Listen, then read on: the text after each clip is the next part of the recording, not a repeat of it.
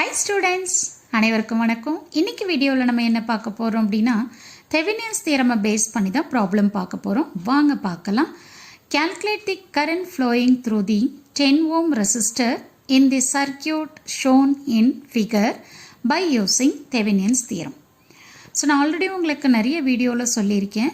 So என்ன தியரம்னு mention பண்ணியிருக்காங்களோ அந்த தியரமை use பண்ணி தான் நம்ம வந்து ப்ராப்ளம் பண்ணணும் அப்படின்னு சொல்லிட்டு. சப்போஸ் இதுலேயே வந்து பை யூஸிங் தெவினியன்ஸ் தியரம்னு கொடுக்கல அப்படின்னா நம்ம என்ன டெக்னிக் வேணாலும் யூஸ் பண்ணிக்கலாம். சரியா? தெவினியன் அப்படிங்கிறப்பவே ஆட்டோமேட்டிக்காக நம்ம என்ன பண்ணணும் அப்படின்னா ஆர்டிஹெச்சோட வேல்யூவும் விடிஹெச்சோட வேல்யூவும் ஃபஸ்ட்டு ஃபைண்ட் அவுட் பண்ணணும். அது ரெண்டையும் ஃபைண்ட் அவுட் பண்ணதுக்கப்புறமா ஈக்குவலன்ட் சர்க்கியூட் ட்ராப் பண்ணணும். ஸோ ஈக்குவலன்ட் சர்க்கியூட் ட்ராப் பண்ணதுக்கப்புறமா ஏபி டெர்மினலுக்கு அக்ராஸாக வந்து நம்ம லோட் ரெசிஸ்டன்ஸை கனெக்ட் பண்ணி அந்த ரெசிஸ்டன்ஸ் வழியாக என்ன கரண்ட்டு ஃப்ளோ ஆகுது அப்படிங்கிறத நம்ம ஃபைண்ட் அவுட் பண்ணணும். இதுதான் தெவினியன்ஸ் தியரம். ஓகேங்களா? சரி, ஏன் மேடம் நீங்கள் இந்த சர்க்கியூட் எடுத்திருக்கீங்க அப்படின்னு சொல்லி பார்க்குறீங்களா?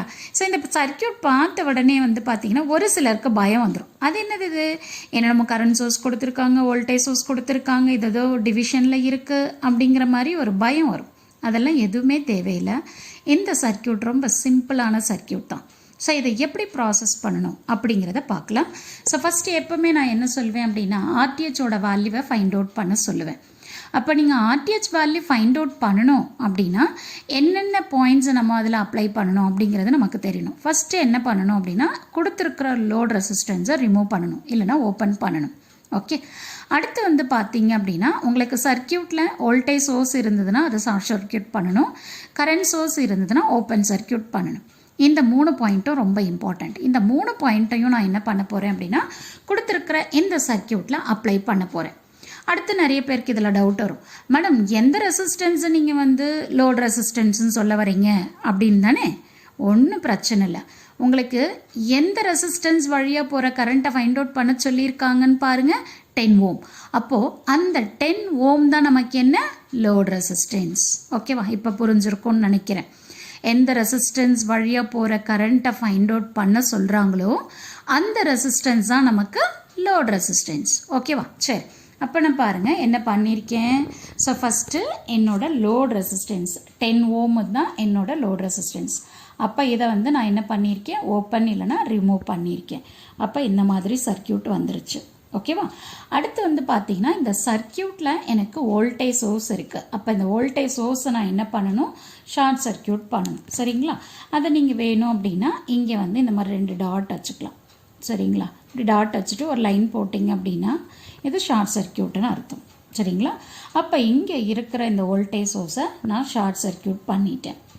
நெக்ஸ்ட்டு இந்த சர்க்கியூட்டில் நமக்கு என்ன இருக்குது, கரண்ட் சோர்ஸ் இருக்குது. அப்போ இந்த கரண்ட் சோர்ஸ் நான் இப்போ என்ன பண்ணணும், ஓப்பன் சர்க்கியூட் பண்ணணும். ஸோ அதுதான் ஓப்பன் சர்க்கியூட் பண்ணிவிட்டு இப்போ ரிமைனிங் இருக்கிற டயக்ராமை தான் நான் இங்கே வந்து ட்ரா பண்ணியிருக்கேன். இந்த 3 பாயிண்ட்டுமே கொடுத்துருக்குற அந்த சர்க்கியூட்டுக்கு அப்ளை பண்ணிவிட்டு வர டயக்ராமை நான் போட்டிருக்கேன். சரிங்களா? இப்போ பாருங்கள், இந்த 4 ஓமும் 2 ஓமும் நமக்கு எப்படி கனெக்ட் ஆகிருக்கு, சீரிஸில் கனெக்ட் ஆகிருக்கு. சரியா? அப்போ சீரிஸ் அப்படின்னா நம்ம என்ன பண்ணிக்கலாம், ஆட் பண்ணிக்கலாம். 4 + 2 6ன்னு சொல்லிட்டு. ஓகே, ஸோ இதை ஆட் பண்ணிட்டேன். அப்போது இந்த 6 ஓமும் இங்கே இருக்கிற இந்த 2 ஓமும் நமக்கு எப்படி இருக்குது, பேரலலாக இருக்குது. எப்படின்னு கேட்குறீங்களா? பாருங்கள், ஏ பாயிண்ட்லேருந்து ட்ரேஸ் அவுட் பண்ணுங்கள். ஸோ ஏல நம்ம என்ன பண்ணியிருக்கோம், 3 ஓமை கனெக்ட் பண்ணியிருக்கோம். இந்த 3 ஓமோட இன்னொரு எண்டு என்ன இருக்குது பாருங்கள், 2ஆக டிவைட் ஆகிருக்கு. ஓகே, அப்போ டிவைட் ஆகுது அப்படின்னாமே இந்த 2 ரெசிஸ்டன்ஸும் நமக்கு எப்படி இருக்குன்னு அர்த்தம், பேரலலாக இருக்குன்னு அர்த்தம். ஓகேவா? அதனால தான் நான் இங்கே என்ன பண்ணியிருக்கேன் பாருங்கள், இந்த மாதிரி போட்டிருக்கேன். ஸோ இது ரெண்டும் சிறுசு. ஸோ இது ரெண்டும் ஆட் பண்ணால் நமக்கு 6ன்னு வரும். இங்கே இருக்கிற 2 ஓம் வந்துடும். சரியா? அப்போது இந்த 6 ஓமும் 2 ஓமும் நமக்கு எப்படி இருக்குன்னு சொன்னேன், பேரலலாக இருக்குன்னு சொன்னேன். அப்போ 6 × 2 / 6 + 2 போட்டு சிம்பிளிஃபை பண்ணிங்க அப்படின்னா அதோட வேல்யூ எனக்கு 1.5 ஓம்னு வரும். இங்கே ஆல்ரெடி 3 ஓம் இருக்குது, அது அப்படியே வச்சுக்கோங்க. சரியா? இப்போ பாருங்கள், ஸோ இந்த 3 ஓமும் இந்த 1.5 ஓமும் நமக்கு எப்படி கனெக்ட் ஆகிருக்கு, சீரிஸில் கனெக்ட் ஆகிருக்கு. அப்போ சீரிஸ் அப்படின்னா நம்ம என்ன பண்ணணும், ஆட் பண்ணணும். அதை ஆட் பண்ணிங்கன்னா 4.5 ஓம்னு வரும். அப்போது இந்த ஏக்கும் பிக்கும் இடையில் எவ்வளோ ரெசிஸ்டன்ஸ் இருக்குது, 4.5ன்னு இருக்குது. ஸோ இதுதான் நம்மளோட இது என்ன, ஆர்டிஹெச், தட் இஸ் தெவினியன்ஸ் ரெசிஸ்டன்ஸ். ஓகேவா? இப்போ நம்ம என்ன பண்ணிட்டோம், ஸ்டெப் நம்பர் 1 முடிச்சிட்டோம். அடுத்து நம்ம என்ன பண்ணணும், ஸ்டெப் நம்பர் 2. ஸ்டெப் நம்பர் 2 என்ன பண்ணுவோம், விடிஹெச்சை கண்டுபிடிப்போம். இப்போ அந்த விடிஹெச் கண்டுபிடிக்கணும் அப்படின்னா நம்ம ஒரே ஒரு பாயிண்ட்டை மட்டும்தான் நம்ம அப்ளை பண்ணணும் கொடுத்துருக்கிற சர்க்கியூட்டுக்கு. அது என்ன பாயிண்ட் அப்படின்னா, கொடுத்துருக்கிற சர்க்கியூட்டில் நம்ம லோட் ரெசிஸ்டன்ஸை ரிமூவ் பண்ணணும். இப்போ இங்கே எனக்கு வந்து இங்கே தான் லோட் ரெசிஸ்டன்ஸ் இருக்குது. அப்போ நான் இதை என்ன பண்ணணும், ரிமூவ் பண்ணணும். இப்போ ரிமூவ் பண்ணிவிட்டு ரிமைனிங் இருக்கிற டயக்ராமை போட்டால் நமக்கு இந்த மாதிரி வரும். சரிங்களா? இப்போ இந்த டயக்ராமை எடுத்துக்கிட்டு அப்படியே விடிஹெச் ஃபைண்ட் அவுட் பண்ணுறது வந்து பார்த்தீங்கன்னா கொஞ்சம் கஷ்டமாக இருக்கும். அதனால் நீங்கள் என்ன பண்ணணும் அப்படின்னா, இங்கே சோர்ஸ் டிரான்ஸ்ஃபர்மேஷனை அப்ளை பண்ணணும். மேடம் இது என்ன மேடம் புதுசாக இன்னொரு விஷயம் சொல்கிறீங்க அப்படின்னு யோசிக்கிறீங்களா? அப்படி யோசிக்காதீங்க. சோர்ஸ் டிரான்ஸ்ஃபர்மேஷனுங்கிறது ஒன்றுமே இல்லை. கரண்ட் சோர்ஸை வோல்டேஜ் சோர்ஸாகவும் வோல்டேஜ் சோர்ஸை கரண்ட் சோர்ஸாகவும் கன்வெர்ட் பண்ணுறது தான் நமக்கு என்ன சோர்ஸ் டிரான்ஸ்ஃபர்மேஷன். ஓகேவா? இப்போ நான் என்ன பண்ணுறேன் அப்படின்னா, இந்த கரண்ட் சோர்ஸுக்கு பேரலாக எனக்கு ரெசிஸ்டன்ஸ் இருக்குது. அப்போ இதை நான் என்ன பண்ணலாம் அப்படின்னா வோல்டேஜ் சோர்ஸாக கன்வெர்ட் பண்ணிக்கலாம். அதுதான் நான் இங்கே பண்ணியிருக்கேன் பாருங்கள். இந்த கரண்ட் சோர்ஸு ரெசிஸ்டன்ஸ் இதை எடுத்துட்டு இதை அப்படியே வோல்டேஜாக மாற்றிருக்கேன். உங்களுக்கு நல்லா தெரியும் V is equal to I into Rன்னு சொல்லிட்டு. இங்கே கரண்ட்டோட வேல்யூ என்ன கொடுத்துருக்காங்க, 2ன்னு கொடுத்துருக்காங்க. ரெசிஸ்டன்ஸ் என்ன கொடுத்துருக்காங்க, 2. ஸோ அப்போ 2 into 2 என்னது நமக்கு 4. ஸோ அப்போ 4 வோல்ட்டு இங்கே போட்டாச்சு. வோல்டேஜ் சோர்ஸில் எப்போவுமே நம்ம வந்து ரெசிஸ்டன்ஸை என்ன பண்ணணும், சீரிஸில் வரையணும். இங்கே என்ன ரெசிஸ்டன்ஸ் இருக்கோ அதே வேல்யூ தான் இங்கேயும் போடணும். சரிங்களா? இங்கே பேரலாக இருக்கிறத இங்கே சீரிஸில் போடுறோம், அவ்வளோதான். அப்போ இந்த கரண்ட் சோர்ஸை நான் என்ன பண்ணிட்டேன், வோல்டேஜ் சோர்ஸாக கன்வெர்ட் பண்ணிட்டேன். கன்வெர்ட் பண்ணதுக்கப்புறமா என்னோட டயக்ராமை நான் ரீட்ராப் பண்ணியிருக்கேன். பாருங்கள், இங்கே 12 வோல்ட் இருக்குது, 2 ஓம் இருக்குது, இங்கே 4 ஓம் இருக்குது. அது அப்படியே வச்சாச்சு. இந்த கரண்ட் சோர்ஸை மட்டும் நான் என்ன பண்ணியிருக்கேன், வோல்டேஜ் சோர்ஸாக ரீப்ளேஸ் பண்ணியிருக்கேன்.